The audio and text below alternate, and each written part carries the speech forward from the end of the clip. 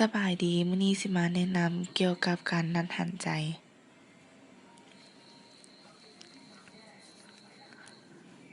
เพื่อกวดเบิ่งการหายใจว่าปกติหรือบ่ ไวหรือช้า ก่อนจะนับการหายใจเราบ่ควรไปบอกคนเจ็บว่าเราจะนับการหายใจของเขาเจ้า เพราะบางทีเขาอาจจะกั้นหายใจไว้ ถ้าเขาเจ้ารู้ การนับหายใจแม่นการนับหายใจเข้าและการหายใจออก แม้นจะนับเอา1เทื่อหรือว่านับเอา15วินาทีแล้วคูณ4หรือว่านับเอา30วินาทีแล้วคูณ2ก็ได้คือกัน ถ้าหายใจไวกว่า40 f หรือน้อยกว่า8 f ต่อนาทีจัดว่าอยู่ในขั้นอันตราย